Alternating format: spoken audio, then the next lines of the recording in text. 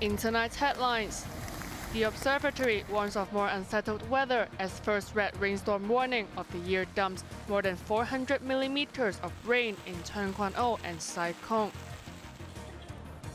Restaurants see 10% drop in business after Golden Week tourist numbers failed to reach pre-pandemic levels. And Oscar-winning actress Michelle Yeoh wins top U.S. civilian honor.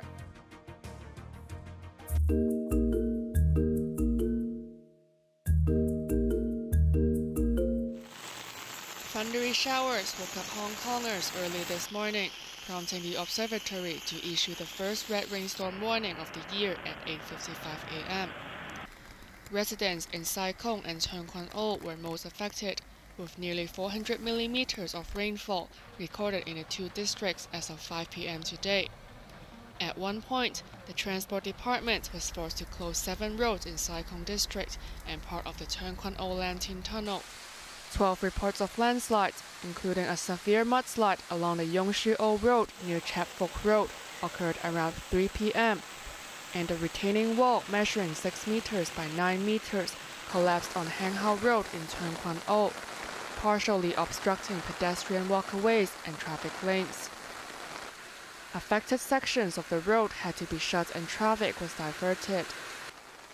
Firefighters responded to the scene and cleared the debris. The sewage departments also received 12 reports of flooding as of 1 p.m. from areas around Kwan, Tseung and Tseung. Flash floods caused power outrages in parts of Tseung.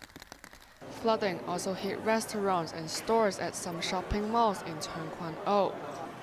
Parts of the Aeon department store in Tseung Plaza had to be shut after water started leaking from the ceiling. A nearby pedestrian passage connecting Tseung Center and Popcorn Mall also encountered flooding, and mall staff were seen clearing the accumulated water. Some shops in Popcorn Mall were also temporarily closed due to leaky ceilings. More than 100 private vehicles were submerged in water after a large public car park near Lohas Park got flooded. Water level in the car park reached almost 30 centimeters. Car owners rushed to the scene through knee-deep water to get their vehicles out. Many were filled with mud. Some cars had to be towed away after their engines were filled with water. A group of hikers got trapped along the High Island Reservoir East Dam. The group of 11 mainland tourists, including 7 children, had to take shelter in public toilets located along the trail to barricade themselves from strong winds and a heavy downpour. They were eventually rescued by police. 9 temporary shelters were opened across the city, including the southern part of Hong Kong Island, Yau Tsin Mong District, Kowloon City, Tseung and Tseung. 12 care centers have also been deployed in affected areas to help those in need. The red rainstorm warning was lowered at 3:50 p.m., but the observatory warned of intense thundery showers edging towards Hong Kong from west of the Pearl River estuary. Heavy showers and thunderstorms are expected later tonight, and citizens are suggested to seek safe shelter and stay indoors. Janice Yu, Cable News.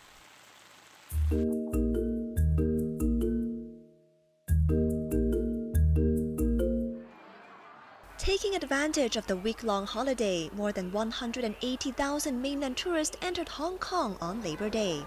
But the number fell short of expectations by over 10% compared with the pre-pandemic Golden Week rush when more than 200,000 mainlanders came to the city. Simon Wong, president of Hong Kong Federation of Restaurants and Related Trades, said the catering sector experienced a rather bleak outcome with a noticeable 10% decline in business.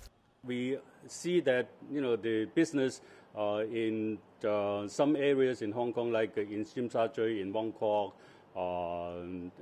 and along the harbour, actually because of the firework, it has recorded some increase in the business.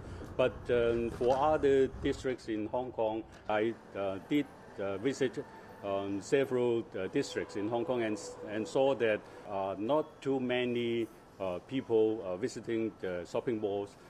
Wong noted that tourists are spending about 20% less than before. He also emphasized the fact that catering business suffers during long holidays as many Hong Kongers head north. Nearly 190,000 residents cross the border to spend the holidays on the mainland. With most tourism-related sectors struggling lately, hotel occupancy has also taken a hit. Alan Chan, operations officer of Miramar Group, said the occupancy rates at two of the group's properties dropped by roughly 7% compared with the same time last year. To attract business and keep occupancy rates higher, hotels are offering discounts of up to 23%, which Chan admits is not the ideal way to do business. He urged the government to expand the individual visa scheme to encompass a greater number of mainland cities in order to boost tourism in the city. Cheryl Yun, Cable News.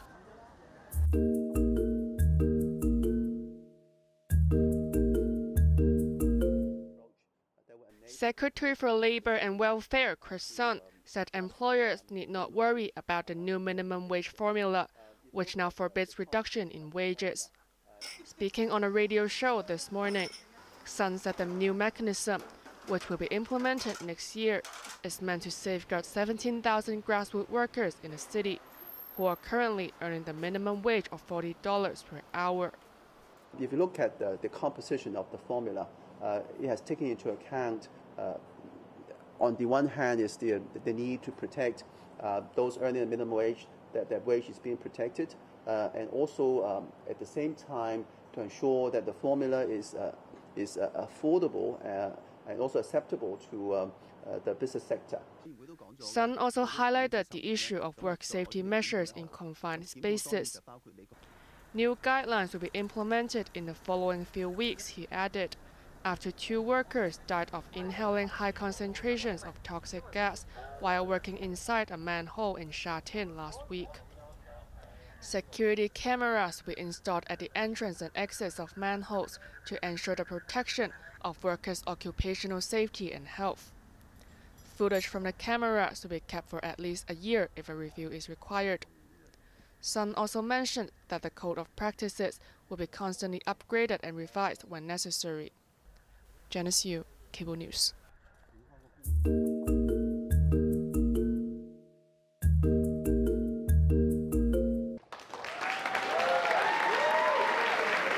Oscar-winning actress Michelle Yeoh was among 18 others to receive the Presidential Medal of Freedom, the highest civilian honor in the United States.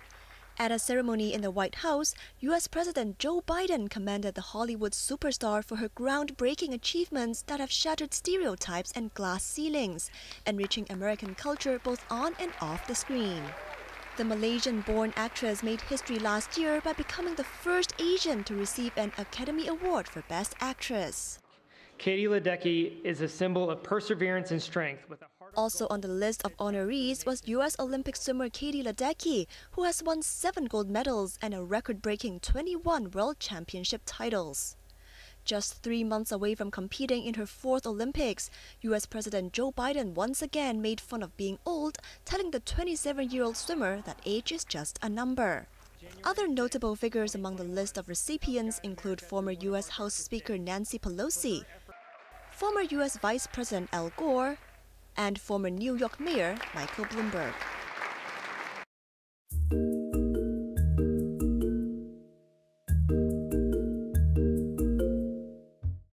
Canadian police have arrested 3 Indian nationals and charged them over the murder of a Sikh separatist leader. The shooting of 45-year-old Hardeep Singh Sandhu last year sparked a diplomatic crisis between India and Canada. Authorities added that investigations were still ongoing as they probe possible ties in the killing to the Indian government. The following 3 individuals were charged for this homicide. 22-year-old Garn Brar, who's an Indian national, who is residing in Edmonton, Alberta. 22-year-old Kamalpreet Singh, who is an Indian national, who is also residing in Edmonton, Alberta.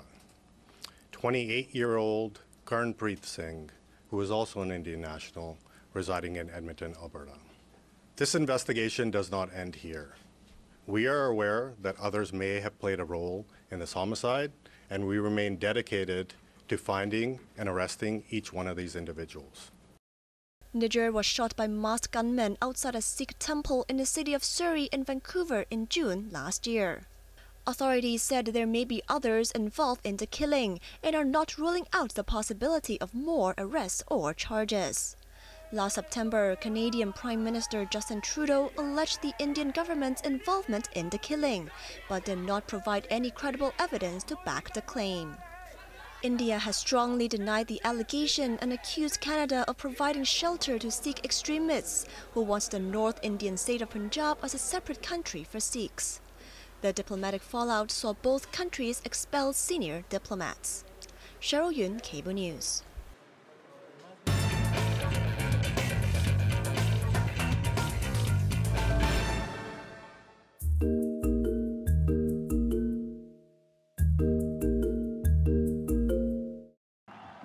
Both teams already qualifying for the Paris Olympics later this year, Japan and Uzbekistan faced off in the final of the Under-23 Asian Cup in the Qatari capital Doha.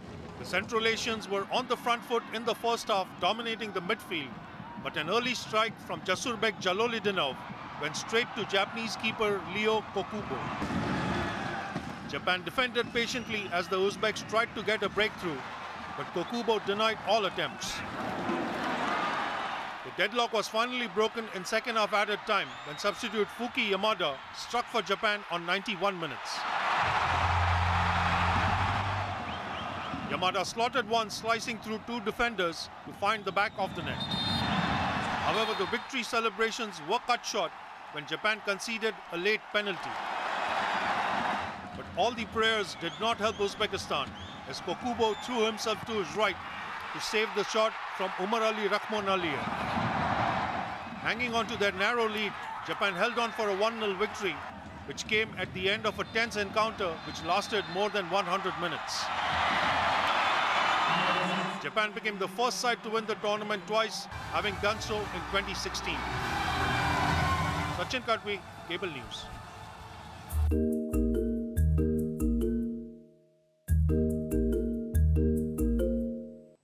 Pulling through some tense matches in the previous rounds, Aryna Sabalenka seemed to be faltering when she faced number 4 seed Elena Rybakina in the semi-finals of the Madrid Open. The big serving Kazakh powered her way through the opener as Sabalenka appeared physically exhausted. Tied at 5-all in the second set, Rybakina seemed to be heading towards victory when the hard-hitting Belarusian won 2 straight games to level the tie. If the first set was controlled by Rybakina and the second was nabbed by Sabalenka, the third was a standoff as it went the distance. Coming back from a 1-5 deficit in the tie-break, Rybakina could not pull off any more stunners as Sabalenka eventually secured a 1-6, 7-5, 7-6 victory. She will next face world number 1 Iga Swiatek in the final. Andrei Rublev made a promising start in his semi-final clash against Taylor Fritz of the United States. Having defeated Carlos Alcaraz earlier in the tournament, the Russian was not lacking in confidence as he took the first set. Rublev knew that the longer the match went and the longer the rallies went, the better it would be for him as he gained control of the points from the baseline. Fritz could not hold on for long and Rublev cruised to a comfortable 6-4, 6-3 win. He will face Canadian Felix Auger-Aliassime in the final. Sachin Kadwi, Cable News.